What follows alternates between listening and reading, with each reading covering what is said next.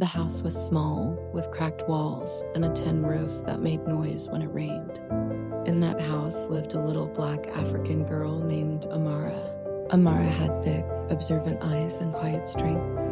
She was not loud. She watched. She listened. She learned. Her father was a tall man with tired shoulders. He worked when he could find work. Her mother had soft hands but hard days. She cleaned houses in town. Her parents loved her, but they were tired of fighting poverty.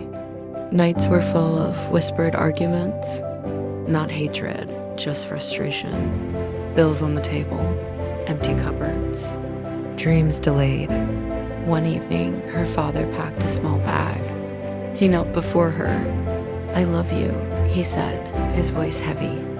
Her mother stood behind her, holding back tears.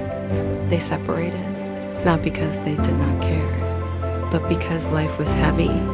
Amara was still a child, but something inside her grew up that day. Every Sunday, her mother took her to church.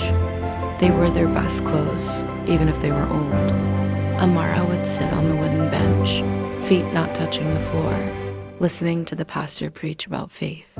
She did not understand everything, but she understood one thing: God sees. She held onto that like a rope in deep water. As she grew older, life did not become easier. Opportunities would come close, then disappear.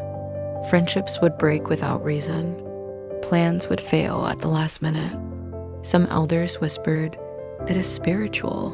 Amara did not fully understand spiritual attacks, but she felt resistance, like something pushing against her progress. Instead of fear, she chose prayer. At night, she would kneel beside her bed. "God, I don't have anyone else. Fight for me." Electricity was not always there. Amara studied under candlelight when the lights went off. She would fan the smoke away with one hand and write with the other. At school, some girls had nice shoes and packed lunches. She had worn sandals and sometimes just water, but her teachers noticed something. "She is serious," one teacher said. "She wants more." Amara was not the loudest, but she was consistent. When she turned 19, men began to notice her. She was beautiful in a simple way. Dark skin glowing, natural hair always neatly done. Calm confidence. Some men came with promises. "I can take care of you. You don't have to struggle." But she saw the hidden chains behind those words. She wanted purpose, not dependency. She stayed single, not because no one wanted her, but because she wanted to build. Getting into university felt like a miracle. There was no rich uncle to pay fees, no connections to open doors. She applied for bursaries. She was rejected many times. She cried quietly. Then she applied again. When acceptance finally came, her mother held the letter like gold. "We prayed for this," her mother whispered. University was not glamorous. She walked long distances. She skipped meals sometimes, but she did not quit. Campus life was loud, parties every weekend, relationships forming. Amara stayed in her small room most nights, reading. Sometimes she felt lonely. She would scroll through pictures of classmates in love, going out, living freely. She would close her phone and open her Bible. "God, remember me," she would say. And somehow, peace would fill the room. Third-year exam period. Rain hitting the dorm window. Fees are delayed. Her father is ill. Her mother sounds exhausted on the phone. Emma kneels beside her bed. "I am tired, Lord," she whispers. She cries fully, no pretending. The next morning, eyes swollen, she attends class anyway. That is what strength looks like sometimes. Showing up while broken, she began to see small changes. A lecturer recommended her for a research opportunity. A small stipend came through. Her grades improved. It was not overnight success. It was steady growth. People began to notice her discipline. "She is focused," they said. On graduation day, she wore her gown with pride.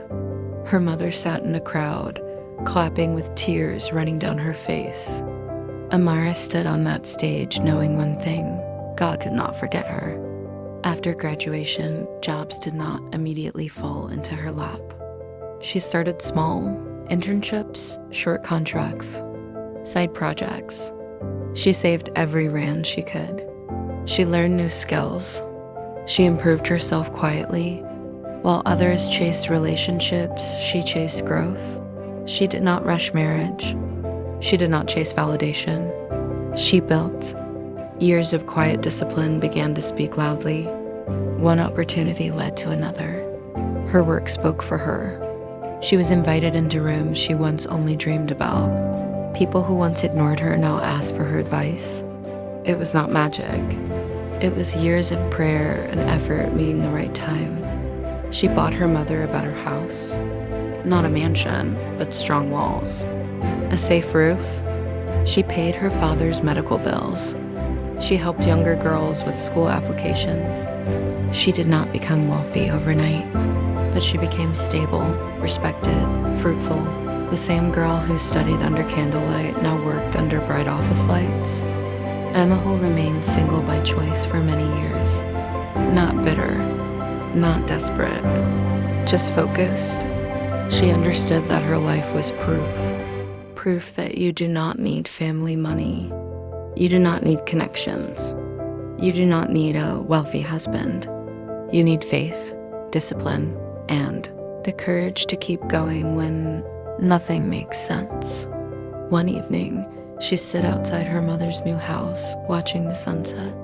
She smiled softly. "Thank you, God," she whispered, because through separation, through spiritual battles, through loneliness, through rejection, He saw her through it all, and she never stopped fighting.